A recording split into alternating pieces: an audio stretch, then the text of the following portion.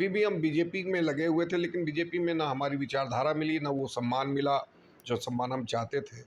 तो वो सम्मान भी नहीं मिला और वो विचारधारा भी नहीं मिली। तो हमको लालू जी और तेजस्वी यादव जी की तरफ से हमको ऑफर मिला। मेरे बाबा भी समाजवादी विचारधारा के थे, लालू जी भी समाजवादी विचारधारा के हैं, उनके पुत्र भी उसी पृष्ठभूमि से आते हैं, आदरणीय तेजस्वी यादव जी।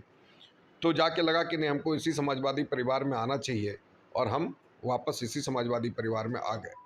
अभी भी कहते हैं जय जय श्री राम, कहने में किसी को, भाजपा वालों ने इसको अपना मोहर लगा के बना दिया कि हमारा है, कोई दूसरा नहीं बोल सकता। सम्मान उन्होंने दिया, वो एकदम प्रशंसा करता है, हम मतलब हम ऋणी हैं कि जो सम्मान उन्होंने दिया। राजद में आने के बाद हमको बहुत सम्मान मिला। नमस्कार, आप देख रहे हैं न्यूज़ फॉर नेशन और मैं हूं सुमित आपके साथ।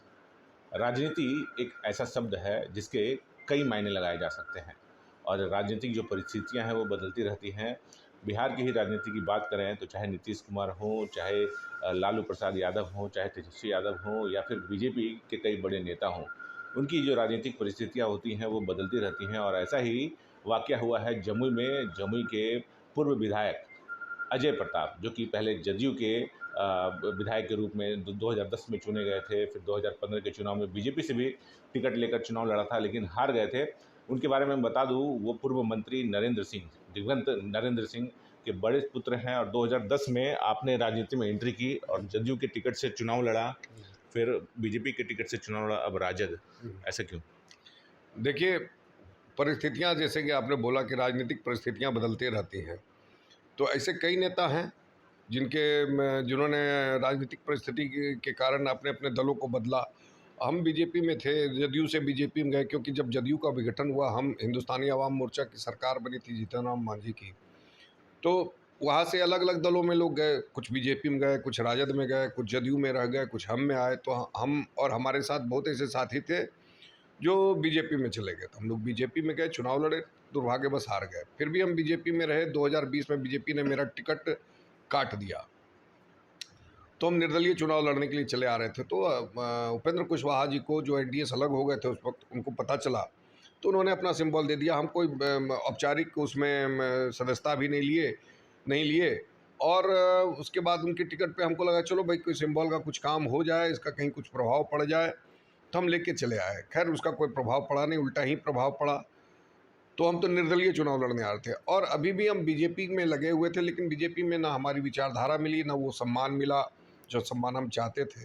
तो वो सम्मान भी नहीं मिला और वो विचारधारा भी नहीं मिली। तो हमको लालू जी और तेजस्वी यादव जी की तरफ से हमको ऑफ़र मिला, बात हुई और हम वहाँ जाके मिले। तो अब वापस जाके हम फिर आरजेडी में ही मिल गए। और क्योंकि आरजेडी एक समाजवादी विचारधारा की पार्टी है, मेरे पिताजी भी आरजेडी में चाहते थे कि हम चुनाव लड़ें, उसी समाजवादी विचारधारा के वो व्यक्ति थे। मेरे बाबा भी समाजवादी विचारधारा के थे, लालू जी भी समाजवादी विचारधारा के हैं, उनके पुत्र भी उसी पृष्ठभूमि से आते हैं, आदरणीय तेजस्वी यादव जी।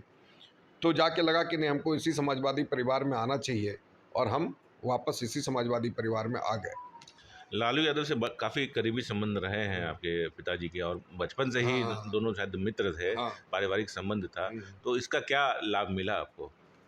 देखिए, मेरा कोई व्यक्तिगत लाभ उसमें नहीं, लेकिन पिताजी के साथ जो संबंध था लालू जी का, और मरते दम तक रहा। मेरे पिताजी जब तक एम्स में थे, लालू जी भी वहीं भर्ती थे, तो बराबर मिलना जुलना होता था। और जब मेरे पिताजी की मृत्यु हुई तो उस दिन लालू जी की भी तबीयत, उनको बहुत शौक लगा।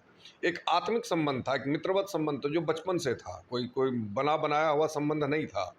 राजनीतिक विभेद भी हुए, लेकिन कभी मन विभेद दोनों में नहीं हुआ। दोनों एक दूसरे के लिए हमेशा सम्मान की दृष्टि से एक दूसरे को देखते थे।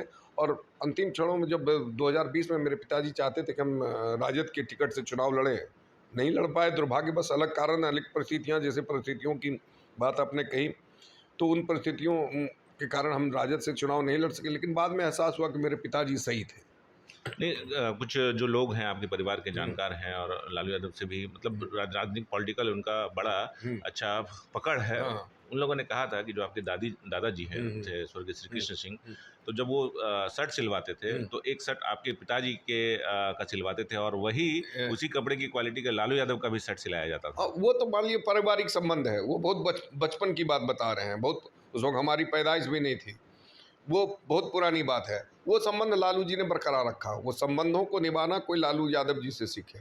उस संबंध को हमें, और सिर्फ मेरे पिताजी के साथ ही नहीं, उस वक्त के जितने मित्र उनके साथ थे उन सब के साथ लालू जी ने संबंध निभाया और आज भी निभा रहे हैं। अच्छा, अब जो राजनीतिक विश्लेषक है उनका मानना है कि जो जम्मू की राजनीति को अच्छे से जानते हैं, उनका मानना था कि आप राजनीतिक हाशिए पर पहुंच गए थे। आपका जो पॉलिटिकल कैरियर है वो दांव पर था, अभी भी दांव पर है। आगामी 2025 में विधानसभा का चुनाव होना है, तो उसको लेकर क्या आश्वासन मिला तेजस्वी से? देखिए, ये तो शीर्ष नेतृत्व तय करेगा कि क्या होना है 2025 में। अभी तो 2024 देखना है हमको, और रास्ता यहीं से बनेगा। जब हम, देखिए, राजनीति में एक दूसरे के सहयोग से ही आगे बढ़ते हैं लोग। हम उनका सहयोग करेंगे तभी वो हमारा सहयोग करेंगे। हम दोनों एक दूसरे के सहयोग से ही आगे बढ़ेंगे। राजनीति का नाम ही है सहयोग। लोग विरोध भी करते हैं, विरोध करने वाले, लेकिन वो जो विरोध कर रहे हैं उस वक्त कहाँ थे जब हम राजनीतिक हाशिए पे थे। लोग, मतलब, उन्होंने कभी हम 10 साल से यहाँ लगे हुए हैं, लोगों को की सेवा कर रहे हैं। 2 बार चुनाव हारे हैं। यहाँ तो मुखिया का चुनाव हारता है, लोग भाग जाता है, और हम तो 2-2 बार विधायक का चुनाव हार के भी हम लोगों की सेवा कर रहे हैं। तो ये देखना चाहिए। जैसे वो आज जो है लालटेन को वोट दे रहे हैं, वो बहुत लोग कह रहे हैं लालटेन को वोट देंगे। वो लालटेन को, क्योंकि बहुत लोग हमसे भी लगे हुए, उन कुछ लोग वैसे सब प्रश्न कर रहे हैं, तो हम कहते हैं आप वहाँ मत देखिए, आप देखिए अजय प्रताप यहाँ खड़ा है, ये मेरे लिए आप ही वोट कीजिए। तो लोग समझ रहे हैं इस बात को, और मेरे आने का प्रभाव लोगों में पड़ रहा है। क्या क्या लग रहा है कि जो पॉलिटिकल सिनेरियो है, वो लोकसभा चुनाव होना है, तो उसमें राजद को क्या मदद मिलेगा आपके आने से? बहुत बहुत मदद मिलने वाला है राजद को। कम से कम 50-60 हज़ार वोटों से हम लोग लीड करेंगे यहाँ से।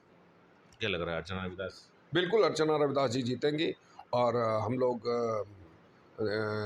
तेजस्वी यादव जी के नेतृत्व में बिहार में 2025 में सरकार भी बनाएंगे, ये भी तय। अच्छा, अब जैसे आप बीजेपी के नेता रहे, तो बीजेपी का नारा भाई जय श्री राम हाँ। का अब सीधा उलट आप राजद में आ गए हैं। अब राजद के आरएसएस को जो विचारधारा है उसका पूरा पुरजोर विरोध करते हैं लालू यादव की पार्टी, लालू यादव खुद।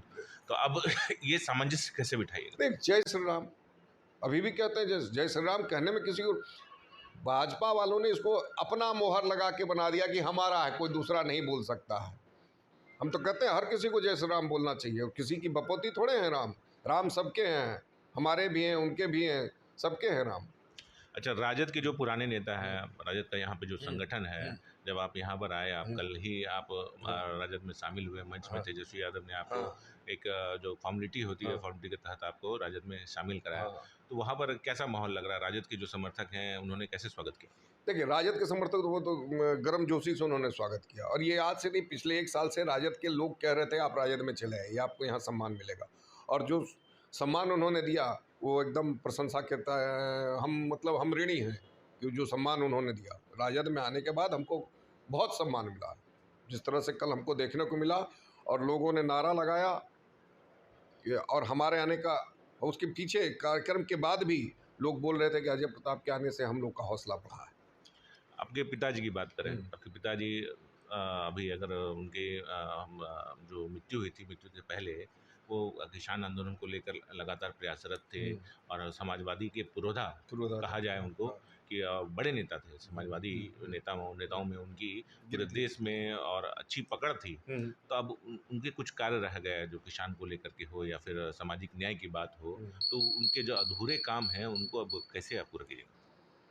उसी अधूरे काम के लिए तो हम लगे हुए हैं। उनके मृत्यु के बाद से हम लगे हुए हैं, और 5 साल जो ये 2020 का जो चुनाव हारे उसके बाद भी हम लगे हुए, क्योंकि उन्हीं के सपनों को लेके हम चल रहे थे। वही समाजवाद की विचारधारा को लेके हम चल रहे थे। हम भाजपा में थे तो भी समाज, किसानों के, पिछड़ों के, गरीबों के, दलितों के, कुचलों के, अकलियतों के, इन्हीं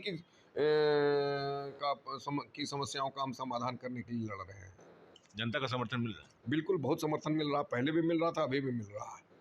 तो क्या लग रहा है अब 2025 में आप आइएगा, तो लोगों का प्यार, जमुई के लोगों का प्यार मिलेगा? बिल्कुल बिल्कुल मिलेगा, बिल्कुल मिलेगा।